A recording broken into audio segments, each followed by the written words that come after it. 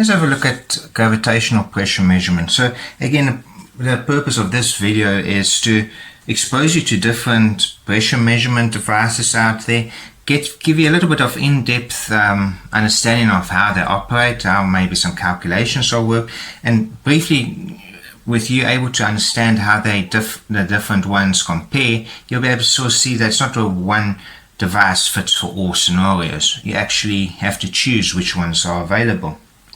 So the first type we're going to be looking at is a YouTube manometer.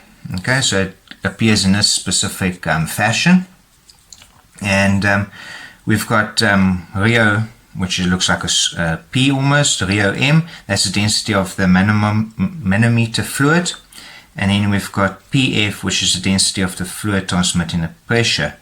Okay, so area 1 is equal to area 2 if you compare it in terms of those two pipes over there, and essentially an equation that you should be aware of is that pressure is equal to Rho GH. So pressure is equal to density times gravity times altitude, or the height. Okay, so very much using this formula, we've got a change in pressures, which is your pressure of the fluid transmitting minus the atmospheric pressure. That's equal to gravity multiplied by the height, which is your h over there. So that's the change in height between the point of where the one side is compared to the other side. And then we take in the density of the manometer fluid, and we subtracting from that the density of the fluid transmitting pressure. Okay, so that's where this equation comes from. Obviously, you can incline these manometers to lengthen its scale, and that would be able to maybe give you a more accurate reading. So in other words, what you would probably do is something to this effect, where you would have something like this. So having a disinclination, that's going to result that obviously you're going to have pressure 2 over here and pressure 1 over there, when pressure 2 is more than pressure 1. Okay, which means that over here you're going to probably have the fluid at a level over there, which probably means that you would have some level over here for pressure 1. Okay, and again that would be a difference that you would have to look there in terms of the height, and the readings will be have to be calibrated for this specific angle as well. Alright, then a Fulton barometer well type. So as a manometer used as a barometer. So essentially you've got some glass tube, you've got mercury inside of this, you've got some scale that you then use to be able to see how high it goes, and then you've got over here some reservoir with your liquid in it. And essentially as air pressure pushes down on this reservoir, it will actually then, because there's a vacuum that's over here inside the tube, it will actually push the liquid up into the into this tube, and you will be able to then see what the actual pressure is. So your absolute pressure is equal to gauge pressure minus your atmospheric pressure. This experiment you can actually even do if you should, for example, wash dishes or so. Take a glass, maybe take a bowl, fill it up with liquid, with water, as you see over here. Place the glass inside of it, and just measure with maybe a permanent mark or so a little line as to where that level is, well, the level of the water inside of that glass. And obviously the glass is upside down. And then leave it for a day or so, and you'll actually see that the water level will rise or go lower depending on how the atmospheric pressure changes outside, and therefore causes this liquid to go up and down.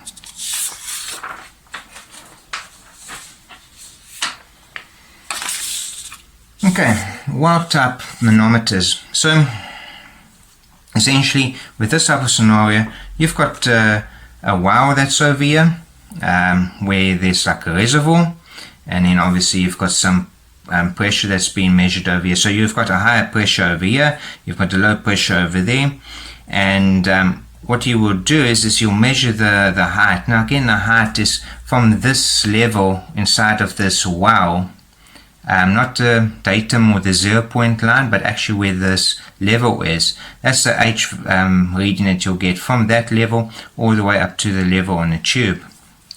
There's another variable that we've got to introduce over here, which is we will refer to as H dash. So if you had to look at this line, bring it across, and look at the distance between that line over there, or that height over there, and the actual datum or 0 point over there, that will be what we will refer to as H dash. Okay, so we've got a high pressure, which in this case we will refer to as PF. We've got a low pressure, which is usually atmospheric, so that's PA.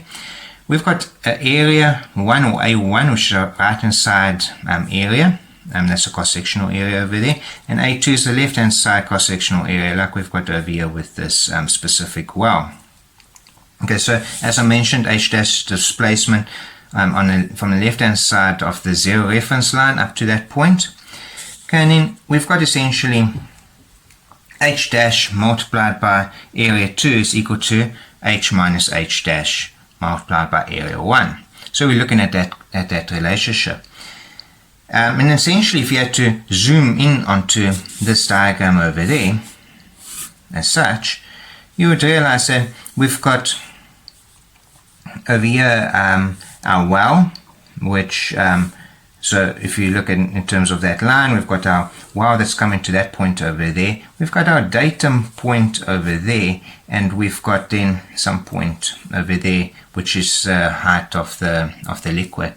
Okay, so if we've got H that is appearing over here, and we've got H dash which is appearing in this sense over here, this H minus H dash is then referring to this section over here, which is X. Okay, so it's just looking at the difference of those different heights over there. So essentially you can refer to this H minus H dash to be the distance between the datum or below the datum line specifically in this well. Okay, so the datum is measured when the pressure is the same on either side, so that's how the system is calibrated. Essentially, from that equation, using some mechanical properties, which I'm not going to go into too much detail. Again, we've got pressure is equal to rho GH as one of the equations that are being used. You eventually get this equation where the pressure of the fluid minus the atmospheric pressure is equal to H dash multiplied by G, which is gravity, multiplied by area 2 over area 1 plus 1, and that's all multiplied by the density of the density M, which is your, in this case it could be the density of the atmospheric pressure minus the density of the fluid. Okay, so or at least density of M would be the density of the gas that you're going to measure in a high pressure section, so not the atmospheric pressure. And then you've got the density of the fluid over there. Okay, so the left hand side is usually graded so that A2 over A1 is already taken into account. So that ratio is usually taken into account on your scale that you might have for this specific well type manometer.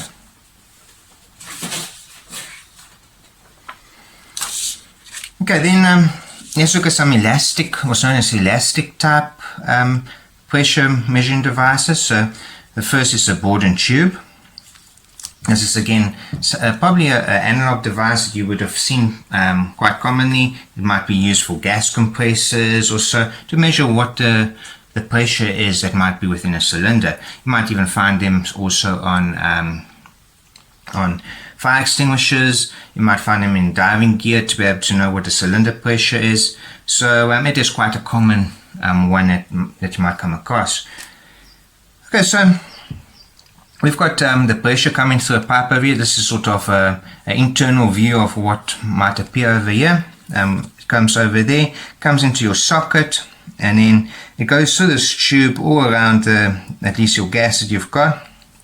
Comes to a connecting link over here, and then a traveling angle. So essentially what's going to happen is as the pressure increases over here, this connecting link is going to be pushing out, which is going to be moving this traveling angle, and then linked to that there's a pivot point with a pinion, and that actually makes your needle move up and down. Now I'm not trying to sort of let you be aware of how it works or technically and stuff like this. I mean, it is essentially a very rough diagram of how it's all linking together. There's more involved with that, but again, like I said, the purpose of this video is for you to just be aware of how the different systems operate. Okay, so the properties of this Bourdon tube is that the end is connected to a spring-loaded linkage and point. There's strain gauges that are used to detect the deflection, okay, and then we've got what's known as the LVDT, that's the linearity variable differential transformer, to detect the end deflection. So these are some properties about these that you just need to be specifically aware of.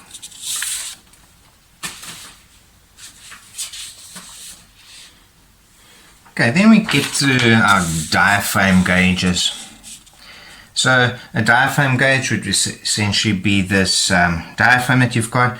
It is folded in such a way that they're able to expand and contract very easily, and so it's a thin corrugated disc. So there will be a disc that would be this is the side view, obviously. So if you look at the top, it would be a disc shape. Displacement is caused by a pressure differential, which can be measured by strain gauges or change in capacitance. The gauge is not linear for a large range, and the gauge can be used for transition measurements. So it's important to know that it's not linear. So there might be either a nonlinear equation that would be used, or it could be even a graph that you would have to use to plot and actually do a comparison, that you might have to look at how the temperature then changes. At least the pressure changes. So again, if you have a look at this diagram, you're going to have some pressure coming in over here. Over here would be your pressure atmospheric pressure over there. And so as you insert pressure over here, this diaphragm will start bending, and it will eventually probably appear in this specific fashion.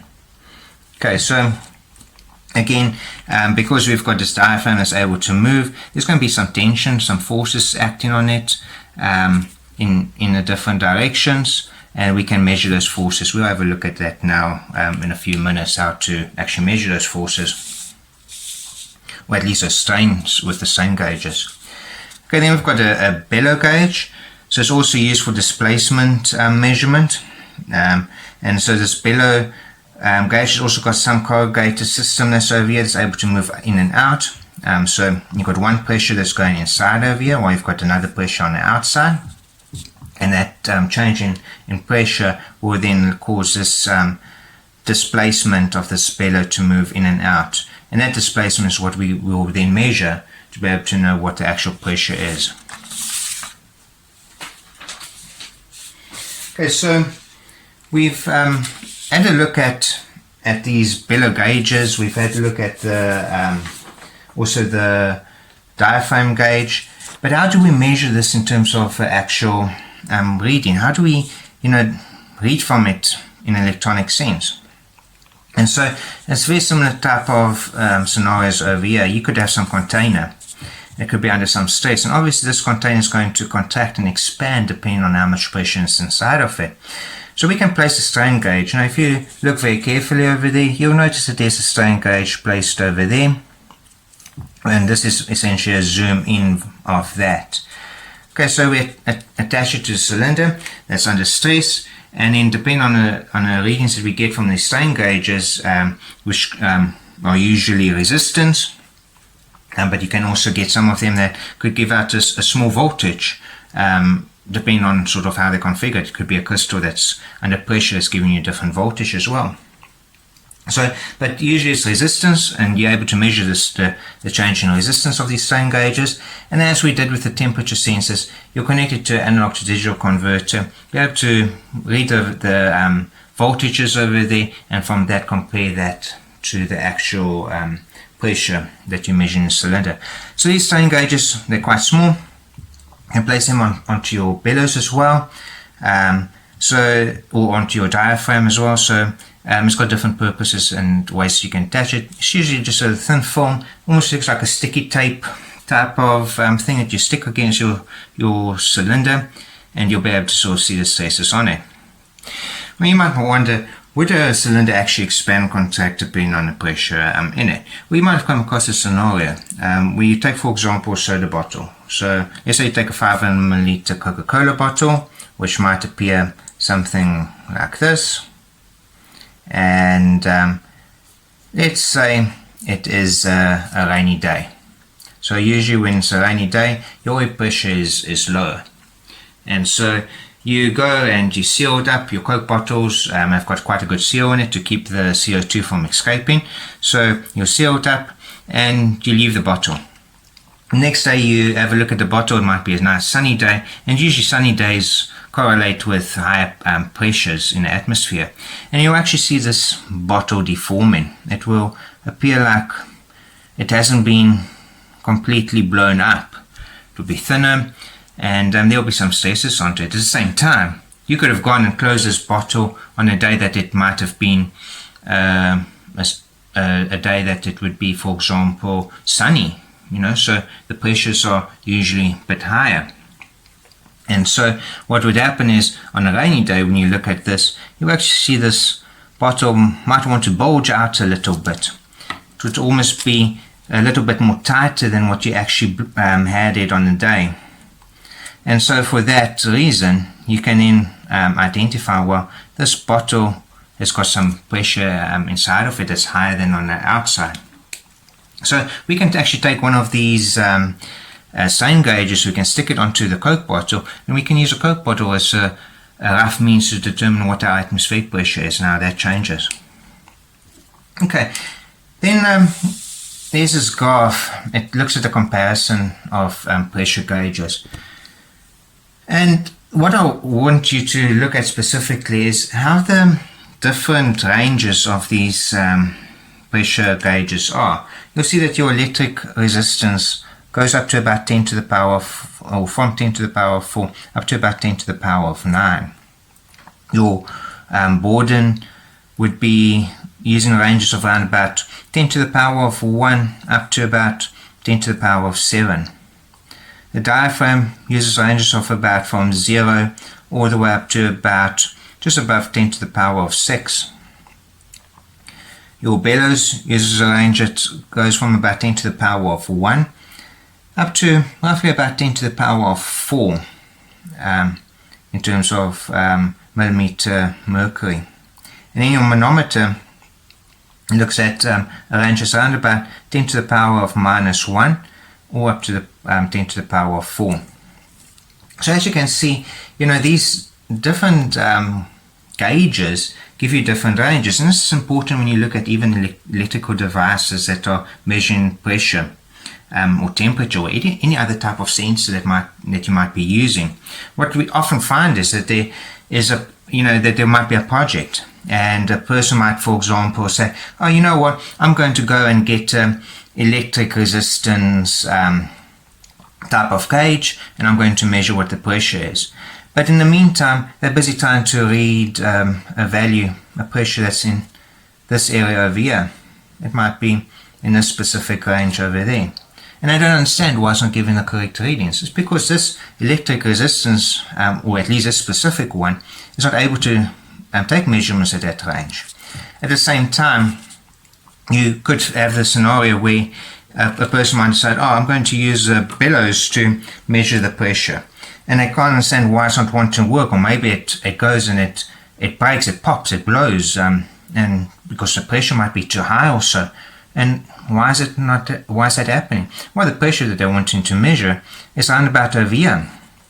And that is a big difference. That is, it's not within a range of what that specific device can measure. So it's very critical that before you actually go and purchase a sensor or any measuring device, you need to have some sense of what your minimum and maximum readings are going to be where there's temperature, pressure. It could be other factors as well that you might be coming across. And other variables you might be coming across. It could be, let's say, sunlight, it could be wind speeds, whatever it might be. And if your sensor is not able to accommodate that range of measurements, you need to then start looking into other type of devices that are able to take measurements within that range. So it's very critical. Otherwise, you're going to be spending money, purchase a device, it's going to be a waste of money, and then you've got to actually go and purchase again another device, which just costs you more and more money.